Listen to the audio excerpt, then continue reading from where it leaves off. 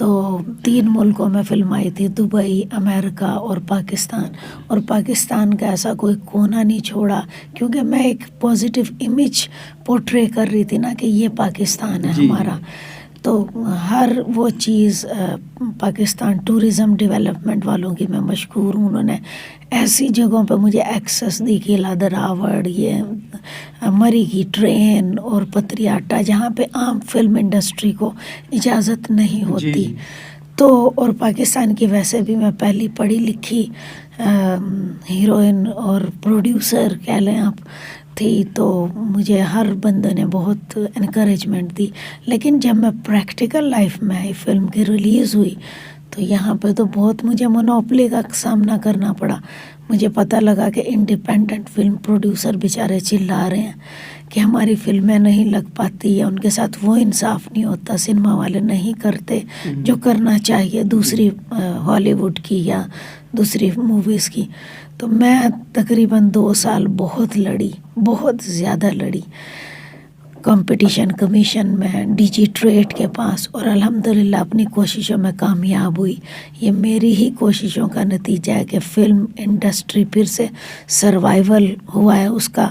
اور آج کل سنیما ہالز جو ہیں وہ پاکستانی فلموں کو بھی فروغ دے رہے ہیں، اور اسپیشلی انڈیپینڈنٹ فلم پروڈیوسرز کو، اور top of the head Punjabi فلموں کو بھی انٹرٹین کر رہے ہیں سنیماز والے، ملٹی پلیکس والے. ادروائز ملٹی پلیکس والوں کی ایک ہی بات ہوتی تھی کہ یہ ہماری جینٹری نہیں ہے، ہم اس فلم کو انٹرٹین نہیں کریں گے.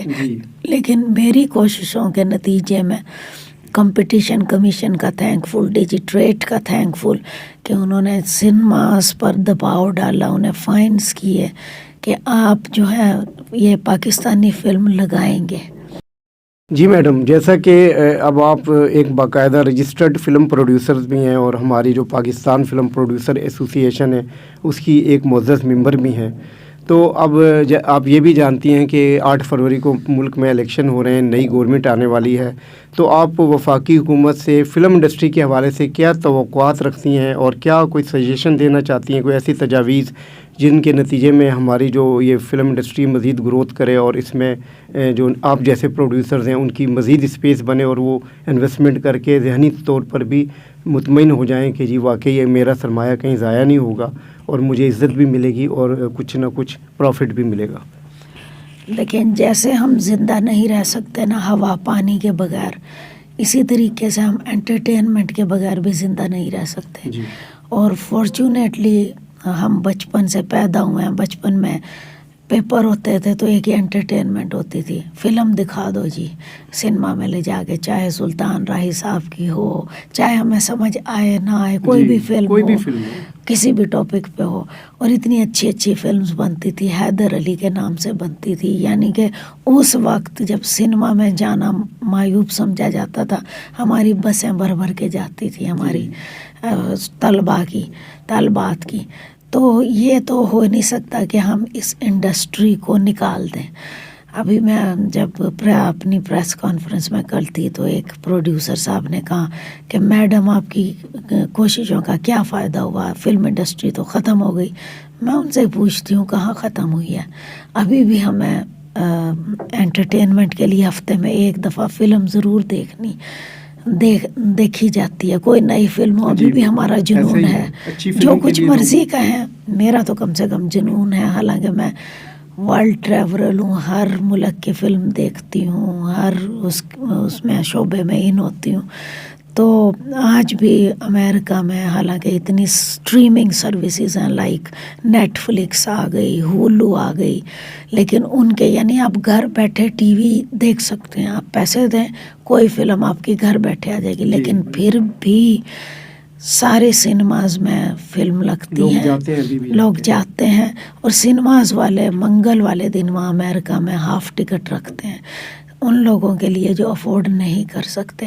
اور اگر کوئی سبق آموز فلم لگی ہے جیسے یونٹی آف ریدم، جس میں چائلڈ ایبڈکٹ کی ایشو، سوشل ایشو ریز کیا گیا تھا، جس میں میکسیکن آتے ہیں، بچوں کو لے جاتے ہیں، مطلب جو بھی ابیوز کرتے ہیں بچوں کے ساتھ، وہ فلم امریکہ میں بھی ایک مافیا کا سامنا تھا اس کو.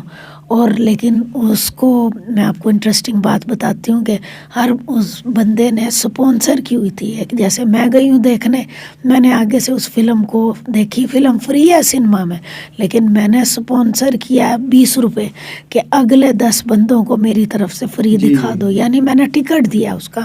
تو مجھے بہت اچھی ان کی اسکیم لگی. آپ ایک سوشل ریفارمز کی فلمیں بنائیں, اور اسی طرح کی ہمارے یہاں پہ جو حضرات ہیں نا, امیر کیا کہتے ہیں آپ اس کو, جو امیر حضرات ہیں یا جو خرچ کرنا جانتے ہیں, رکھتے ہیں اہلیت, مخیر حضرات ہیں, ان کی کمی نہیں ہے. یہ بھی ایک صدقہ جاریہ کہ آپ عوام کو خوش کریں, یہ بھی ایک صدقہ جاریہ کہ آپ ان کو انٹرٹین کریں اور ان کی بھلائی کے لیے کام کریں. میں تو اسی اس پہ نکلی تھی کہ ایک بھلائی کے لیے کام کیا جائے, اور جس میں کافی حد تک کامیاب ہو گئی. جی میڈم, ابھی جیسا کہ آپ نے بتایا جو آپ کے ارادے ہیں, جو آپ کے عزائم ہیں, وہ تو بڑے اچھے ہیں, اور آپ فلم انڈسٹری کی بقا کے لیے کچھ کرنے کا ارادہ بھی رکھتی ہیں. تو میڈم پرابلم کے بعد اب آپ کا جو نیکسٹ پروجیکٹ ہے اس کے اوپر کیا کوئی آپ نے پیپر ورک کیا, کوئی پلاننگ کی ہے, اور کیا کب تک, کیا اس سال آپ کا کوئی ارادہ ہے کہ آپ دوبارہ سیٹ پہ آئیں اور کوئی نئی فلم کا آغاز کریں؟ ارادہ تو بہت تھا, اچھا تھا. ہم نے ڈالر بھی جمع کر کے رکھے ہوئے تھے گھر میں, اور ایکچولی نیکسٹ منتھ میرا جو فلم ڈائریکٹر بیٹا ہے اور میرے بھائی ہیں پرنس جہاں زیب علی, وہ آ رہے تھے فلم کی اوپننگ کرنے, ڈائریکشن دینے اور ڈرامہ بھی شروع کرانے. لیکن انفارچونیٹلی میرے گھر پہ بہت بڑا پولیس والوں کی ہیلپ سے ایک ڈاکہ ڈلا ہے جس میں سب کچھ ہی میرا چلا گیا. ایون ایریل ایگزا کیمرہ جو کہ اسپیشلی لے کے آئے تھے, ایک لائٹنگ سسٹم تھا ہمارے پاس, وہ بھی چوری ہو گیا. تو سب کچھ, اور پولیس میری اس بارے میں انفارچونیٹلی کوئی ہیلپ نہیں کر رہی. تو آج کل تو میرا دھیان ذرا اس طرف سے بٹ گیا. تو میں بڑی اپیل کرتی ہوں, اگر کوئی یہ انٹرویو سن رہا ہو تو میری ہیلپ کرے, میری IG تک, میری CCP جو بھی ہیں یہاں کے لاہور کے, ان تک رسائی کروائے, وزیر اعلیٰ پہ رسائی کروائے. جو بھی ہیں سیاسی جماعتیں ہیں سن رہی ہیں تو میری اس میں ہیلپ کریں. جی ناظرین, جیسا کہ آپ کو میڈم نے بتایا بھی, اور یہ کل انہوں نے اس حوالے سے ایک بھرپور پریس کانفرنس بھی کی تھی کہ ان کے ساتھ جو یہ ایک واقعہ ہوا ہے, یہ پاکستان میں خاص کر سب کو اس کی مذمت کرنی چاہیے. اس کی بنیادی وجہ یہ ہے کہ یہ لوگ فارن میں جا کر حالانکہ بڑے خوشحال ہیں اور ہر طرح سے وہاں اپنی لائف کو گزار سکتے ہیں, اس کے باوجود یہ باہر جا کر ایسے لوگ پاکستان کے بارے میں سوچتے ہیں, درد دل رکھتے ہیں, اور یہاں آ کر انویسٹمنٹ کرنا چاہتے ہیں. لیکن ہماری جو پنجاب پولیس نے جو کچھ ان کے ساتھ کیا ہے وہ قابل مذمت ہے.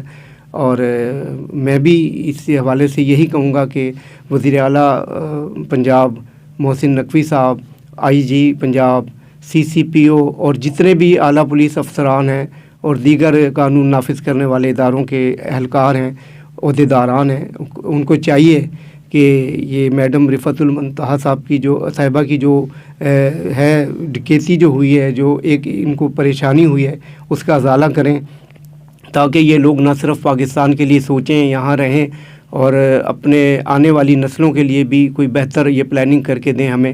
ادروائز تو پھر کوئی بھی پاکستانی جو یہاں سے باہر چلا جائے گا وہ کیوں پاکستان آئے گا اور اپنا سرمایہ لے کر یہاں کیوں انویسٹمنٹ کرنا چاہے گا. تو ہماری نیک خواہشات ان کے ساتھ ہیں, ہم خود بھی دکھی ہیں, اور ایک بار پھر اپیل کرتے ہیں کہ ان کی مدد کی جائے, ان کی ہیلپ کی جائے جس والے سے یہ چاہتی ہیں. مطلب یہ حق پر ہیں, اور حق سچ کا ساتھ دینا جو ہے نا اسلام میں بھی جائز ہے. اس کے ساتھ ہی اپنے میزبان AR گل کو اجازت دیجیے. میڈم صاحبہ, آپ کا بہت شکریہ, آپ ہمارے اسٹوڈیو میں آئیں, پروگرام میں آئیں. ہماری تمام تر ہمدردیاں آپ کے ساتھ ہیں. تھینک یو سو مچ جی, تھینک یو سو مچ. اللہ حافظ. تجھ بن جانا